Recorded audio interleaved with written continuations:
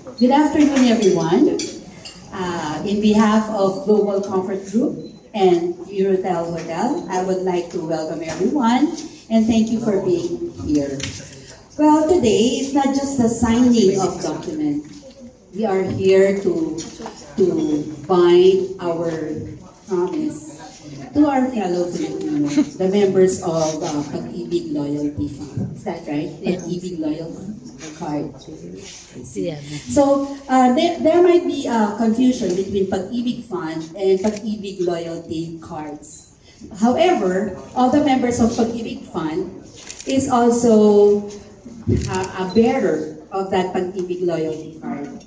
And one of the mission of the mission of Pag-ibig Fund is for every Filipino work to save with Pag-ibig Fund and to have decent shelter. That's why Eurotel Hotel came in to be your partners, because we are providing a decent and comfortable shelter for everyone.